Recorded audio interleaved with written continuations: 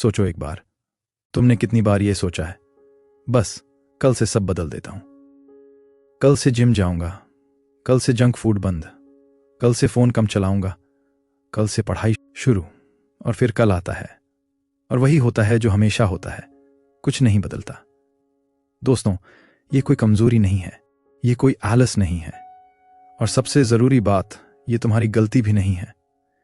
लेकिन जिस तरीके से हम सब आदतें बदलने की कोशिश करते हैं, वो तरीका ही गलत है, पूरी तरह से साइंटिफिकली गलत। और इसका सबूत यूनिवर्सिटी कॉलेज लंदन की एक रिसर्च में पाया गया कि एक नई आदत बनाने में एवरेज 66 दिन लगते हैं। 66 दिन। लेकिन हम एक्सपेक्ट करते हैं कि 3 दिन में सब बदल जाए, और जब नहीं बदलता तो हम खुद को ब्लेम करते हैं। यह सिस्टम टूटा हुआ है दोस्तों। अब जरा एक और नंबर सुनो। हर साल जनवरी में करोड़ों लोग न्यू ईयर रेजोल्यूशंस लेते हैं, और स्टडीज बताती हैं कि उनमें से लगभग 80% लोग फरवरी तक वो रेजोल्यूशन तोड़ चुके होते हैं। 80%।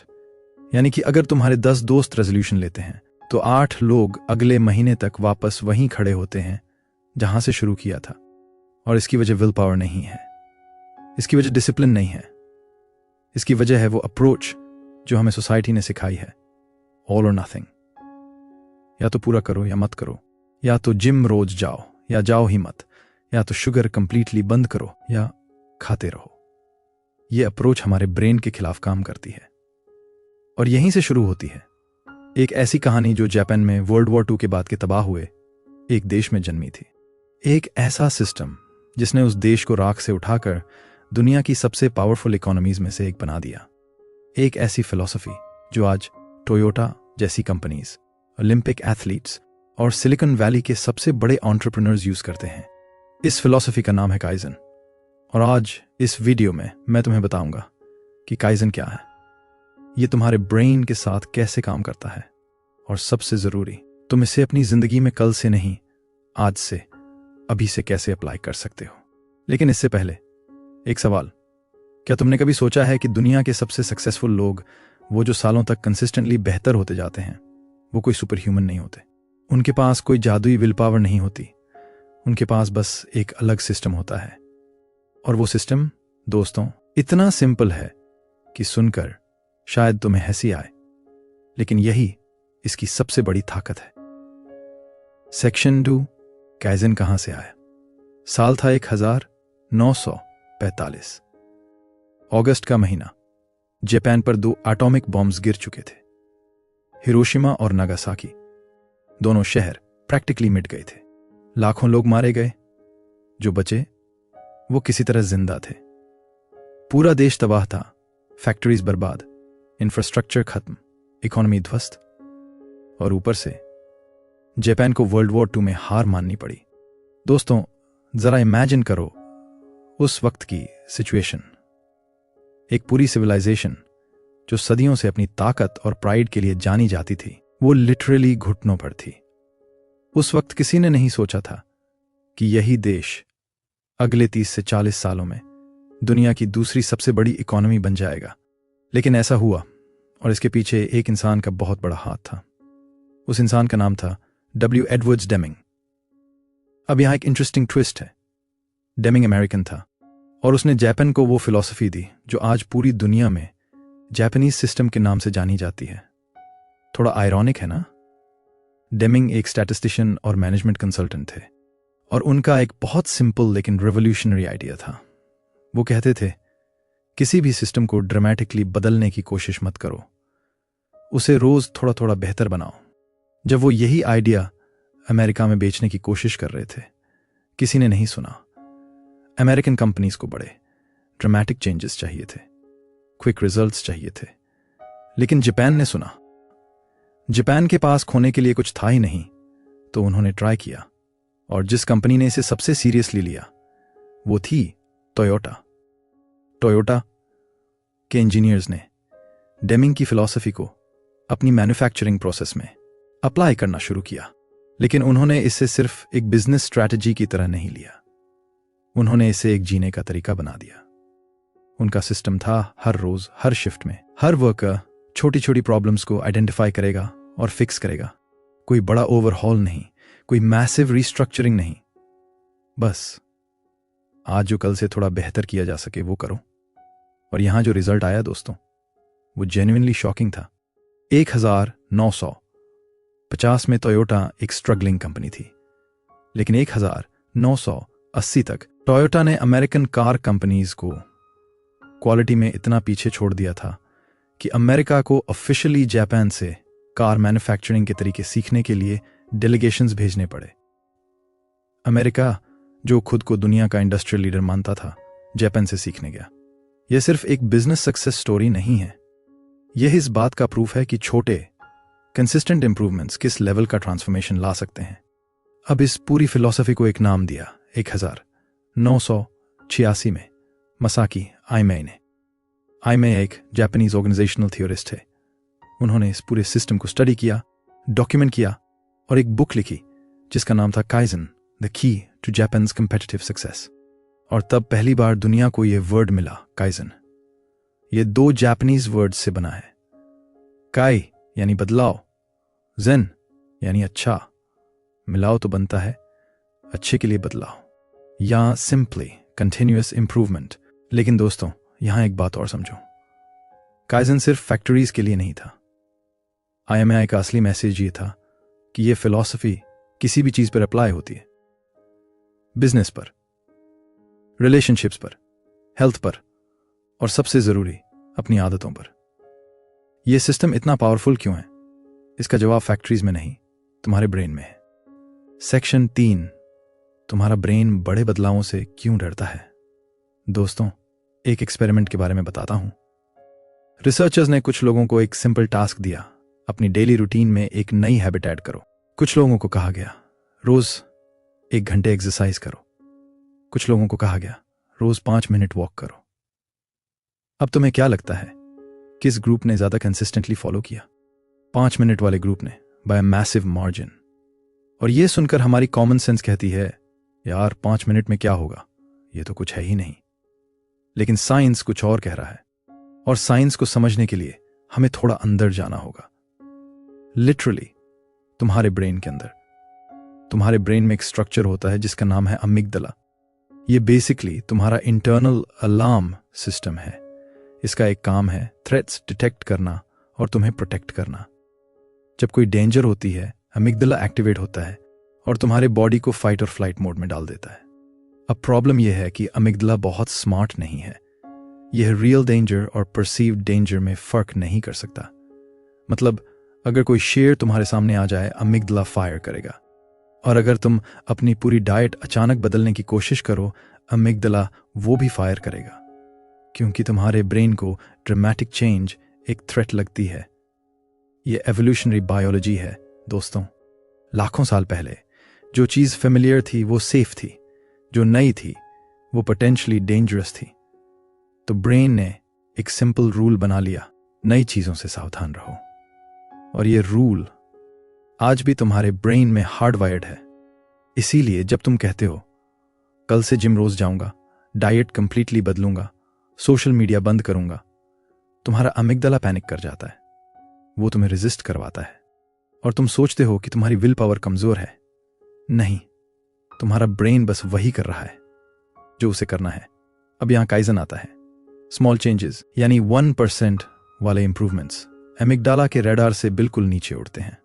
जैसे एक स्टेल्थ एयरक्राफ्ट जो रेडर को अवॉइड करता है। ब्रेन को कोई थ्रेट नजर नहीं आती, कोई अलार्म नहीं बजता और इसीलिए रेजिस्टेंस नहीं होता। लेकिन यह तो सिर्फ एक साइड है। दूसरी साइड है डोपामाइन। डोपामाइन को लोग अक्सर प्लेजर केमिकल कहते हैं, लेकिन यह पूरी सच्चाई नहीं है। एक्चुअली डोपामाइन का असली काम है मोटिवेशन और रिवॉर्ड। जब तुम कोई गोल अचीव करते हो, चाहे वो कितना भी छोटा क्यों ना हो, ब्रेन डोपामाइन रिलीज करता है। और यहां जो होता है वो जेन्युइनली फैसिनेटिंग है। जब तुम एक टाइनी हैबिट कंप्लीट करते हो, जैसे सिर्फ 5 मिनट वॉक की, ब्रेन उसे एक सक्सेस की तरह रजिस्टर करता है। डोपामाइन रिलीज होता है और वो डोपामाइन तुम्हें अगली बार वही करने के लिए मोटिवेट करता है। एक लूप बन जाता है। इसे कहते हैं habit loop. Q, routine, reward. छोटी हैबिट इस लूप को बहुत आसानी से एस्टैब्लिश करती है, क्योंकि रिवॉर्ड यानी डोपामाइन तुरंत मिलता है बड़ी एम्बिशियस हैबिट में रिवॉर्ड बहुत दूर होता है। जिम जाना शुरू करो, रिजल्ट्स 3 महीने बाद दिखेंगे। ब्रेन को 3 महीने तक वेट करना मुश्किल है, वो आज का रिवॉर्ड चाहता है। इसीलिए काइजन काम करता है। ये ब्रेन की केमिस्ट्री के साथ काम करता है, उसके खिलाफ नहीं।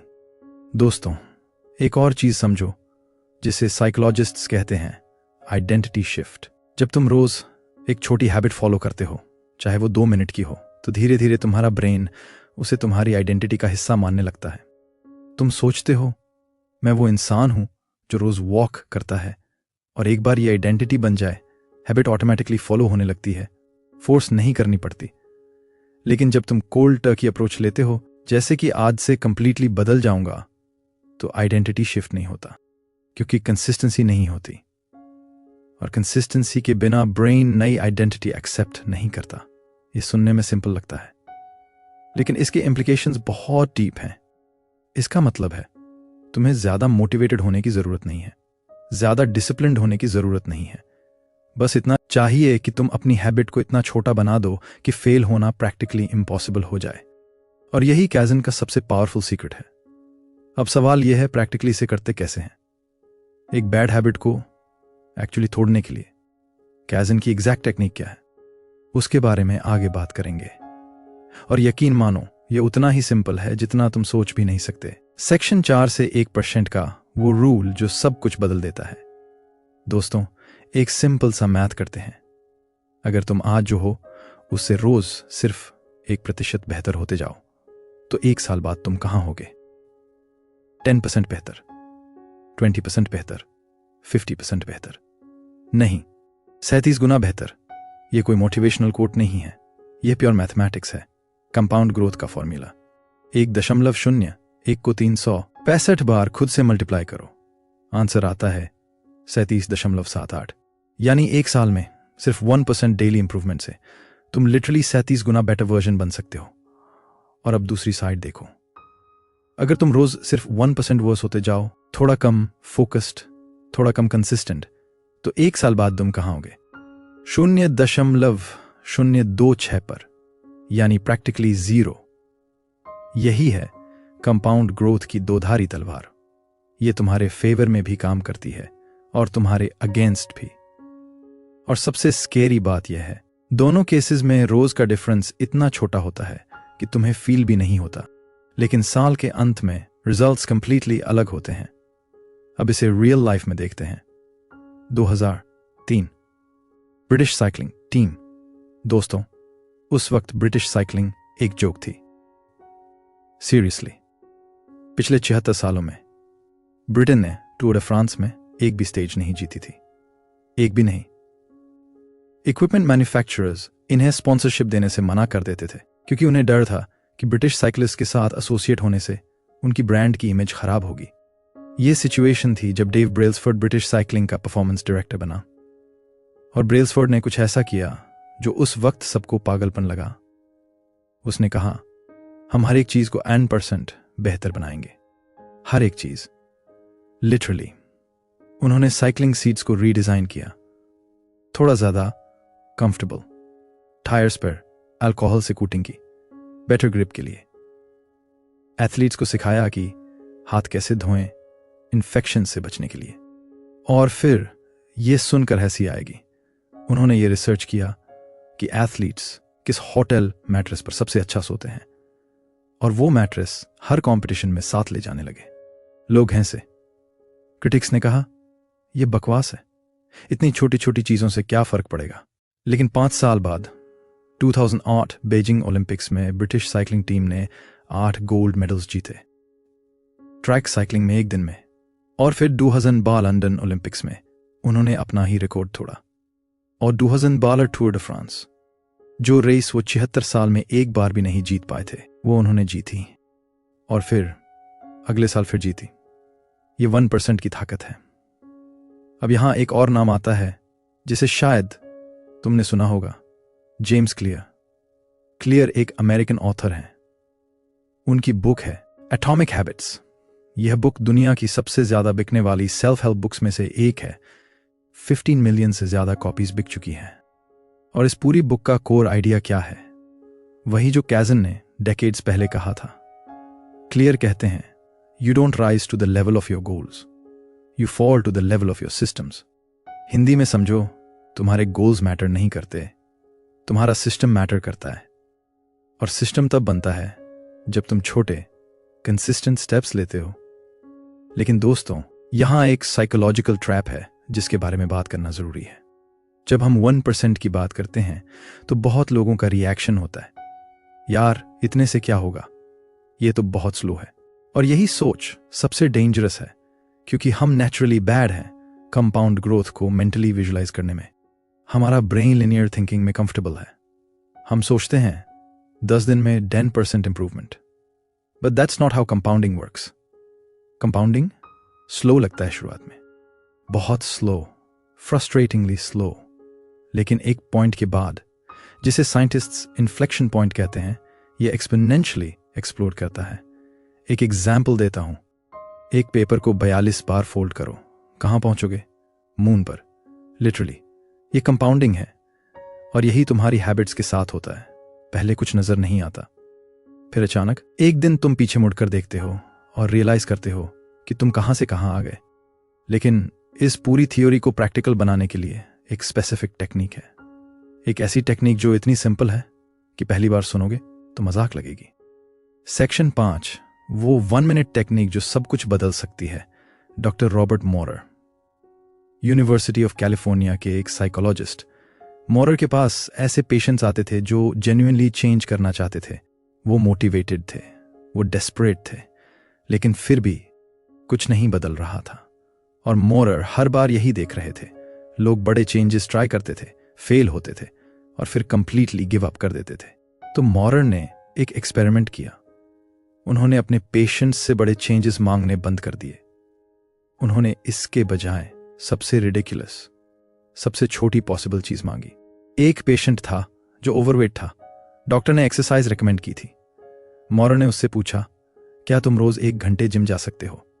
पेशेंट ने कहा, नहीं। 30 मिनट? नहीं। 10 मिनट? शायद, लेकिन कंसिस्टेंटली नहीं। मॉरर ने कहा, ठीक है, तुम्हें जिम नहीं जाना, बस रोज टीवी के सामने खड़े होकर 1 मिनट मौज करो। लिटरली 1 मिनट बस। पेशेंट ने सोचा, ये डॉक्टर पागल है, लेकिन उसने किया, क्योंकि 1 मिनट तो कोई भी कर सकता है। पहले हफ्ते 1 मिनट, दूसरे हफ्ते पेशेंट खुद 2 मिनट करने लगा। 1 महीने बाद वो टीवी बंद करके एक्चुअली वॉक पर जाने लगा। 6 महीने बाद वो रेगुलरली एक्सरसाइज कर रहा था। किसी ने उसे फोर्स नहीं किया, किसी ने पुश नहीं किया, बस एंट्री पॉइंट इतना आसान बना दिया कि ब्रेन को रेजिस्ट करने का कोई कारण ही नहीं मिला। मॉरर ने इसे नाम दिया द 1 मिनट प्रिंसिपल। और दोस्तों, ये सिर्फ एक्सरसाइज के लिए नहीं था। एक और पेशेंट था जो स्ट्रेस में था और मेडिटेशन ट्राई करना चाहता था। मॉरर ने कहा, एक सवाल पूछो खुद से रोज, बस एक, जैसे आज मैंने क्या अच्छा किया? बस। कोई 20 मिनट मेडिटेशन नहीं, कोई स्पेशल ब्रीदिंग एक्सरसाइज नहीं, बस एक सवाल। 1 महीने बाद वो पेशेंट खुद 5 मिनट मेडिटेशन करने लगा। ये क्यों काम करता है? इसे साइकोलॉजिस्ट कहते हैं मिनिमम वायबल एफर्ट। जब टास्क इतना छोटा होता है कि फेल होना इम्पॉसिबल लगे, तो ब्रेन उसे थ्रेट की तरह प्रोसेस नहीं करता। एमिगडाला शांत रहता है, और जब तुम वो टाइनी टास्क कंप्लीट करते हो, डोपामीन रिलीज होता है। नेक्स्ट डे ब्रेन ऑटोमेटिकली उसी फीलिंग को रिपीट करना चाहता है, और फिर एक नेचुरल प्रोग्रेशन शुरू होती है।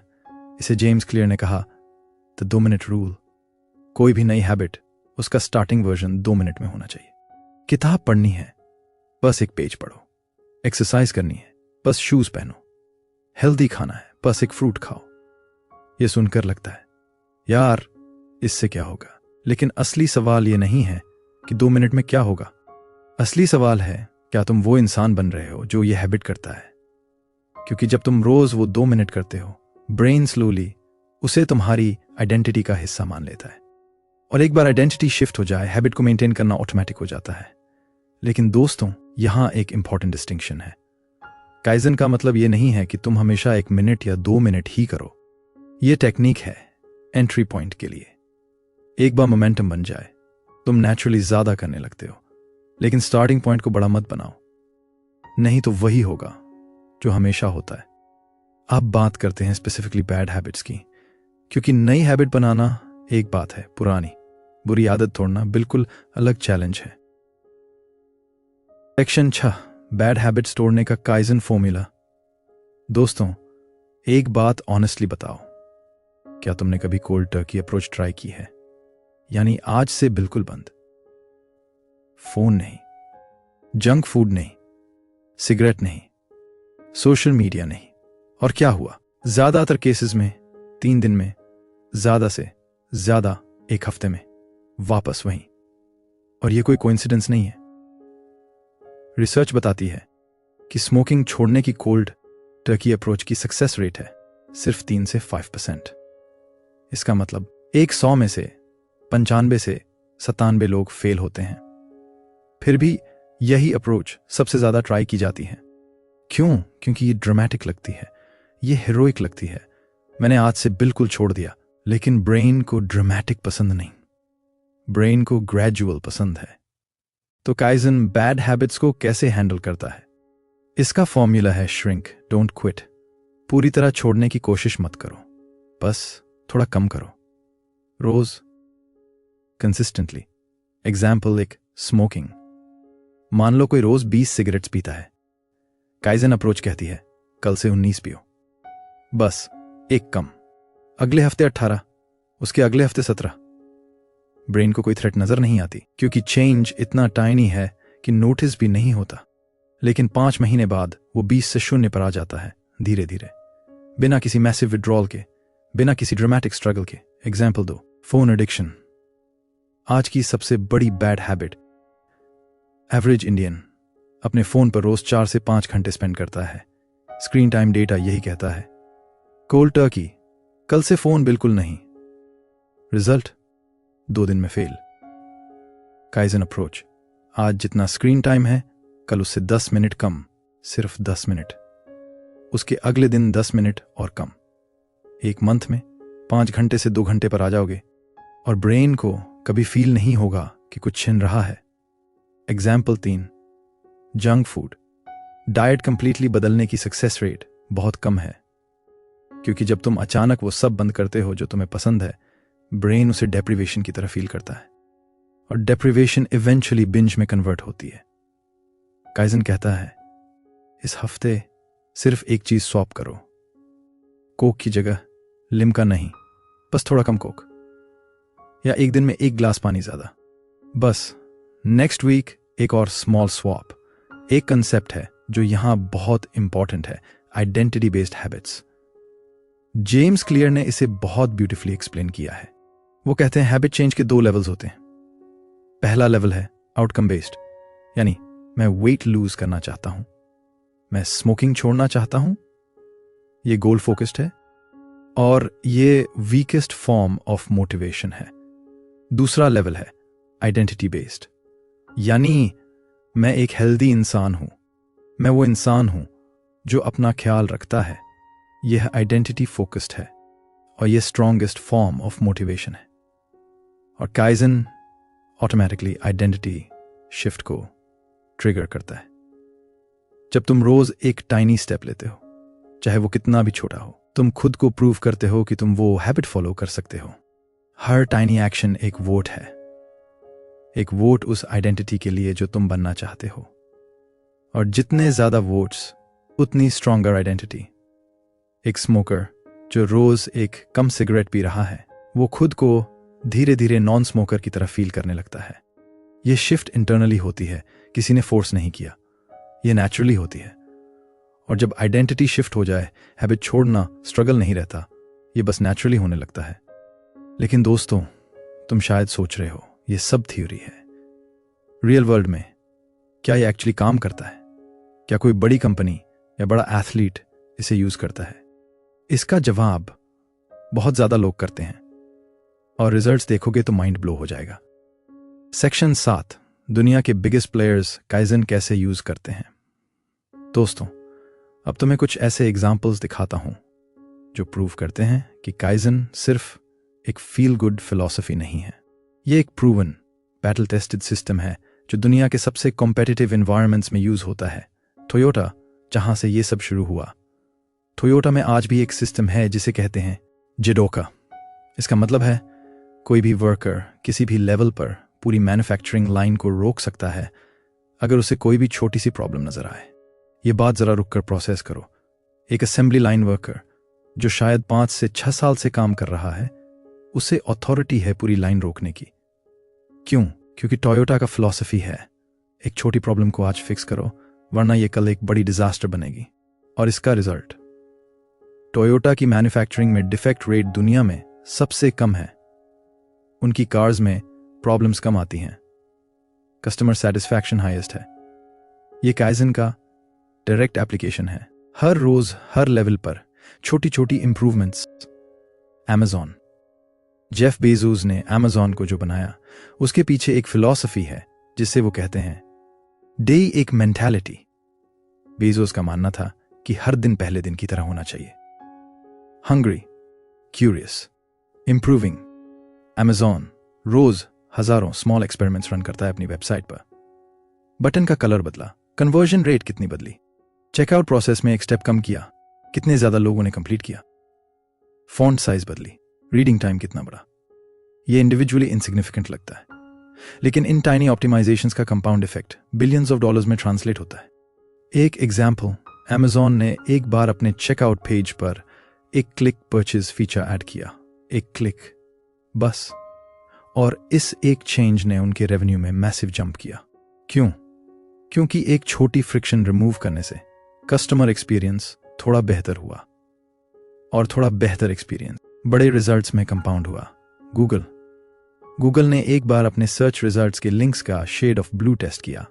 सोचो, एक कलर का शेड, 41 अलग शेड्स ऑफ ब्लू टेस्ट किए, और जो शेड सबसे ज्यादा क्लिक्स लाए उसे कीप किया।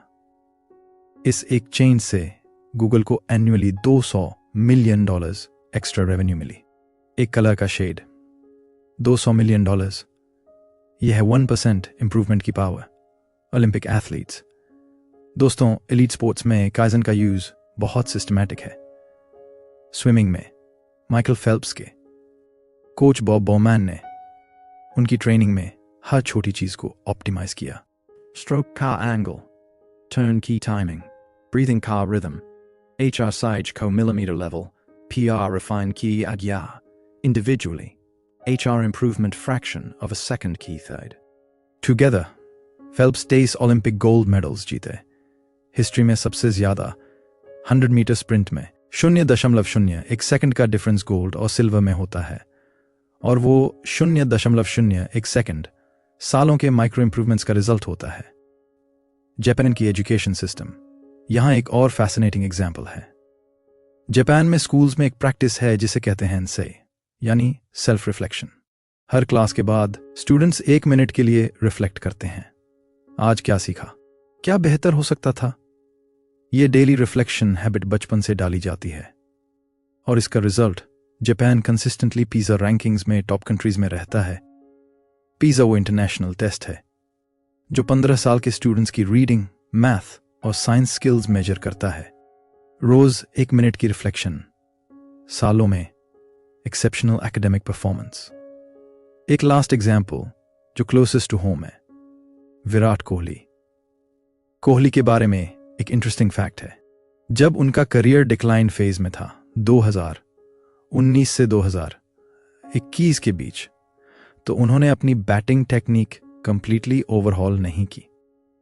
उन्होंने छोटी छोटी एडजस्टमेंट्स की, फुट मूवमेंट में, बैकलिफ्ट में, शॉट सिलेक्शन में, और धीरे धीरे वो फॉर्म में वापस आए। ये काइजन है, बिग बैंग नहीं, कंसिस्टेंट माइक्रो एडजस्टमेंट्स। तो दोस्तों, पैटर्न दिख रहा है। दुनिया की सबसे सक्सेसफुल कंपनीज, दुनिया के सबसे एलीट एथलीट्स, दुनिया की बेस्ट एजुकेशन सिस्टम्स, सब एक ही अप्रोच फॉलो कर रहे हैं। छोटे स्टेप्स, रोज, कंसिस्टेंटली। अब सवाल तुम पर है। दोस्तों, आज की वीडियो का सबसे इंपॉर्टेंट टेकअवे एक लाइन में कहूं तो, जो अप्रोच ड्रामेटिक लगती है वो फेल होती है, जो अप्रोच बोरिंग लगती है वो काम करती है। हम एक ऐसी सोसाइटी में जी रहे हैं जो इंस्टेंट रिजल्ट्स को सेलिब्रेट करती है। 30 day transformations, overnight success, complete overhauls, और यही सोच हमें बार बार फेल करवाती है। काइजन कुछ नहीं मांगता, बस एक सवाल पूछता है, आज तुम कल से 1% बेहतर कैसे हो सकते हो? बस यही। और अगर तुम आज से इस एक सवाल का जवाब रोज ढूंढने लगो तो 1 साल बाद तुम जो इंसान बनोगे वो तुम्हारी इमेजिनेशन से भी बड़ा होगा। शुरुआत छोटी होती है हमेशा, लेकिन जो शुरू करता है वो पहुंचता है। तो आज अभी एक हैबिट चुनो जो तुम बदलना चाहते हो और उसे 1% छोटा करो। बस इतना काफी है।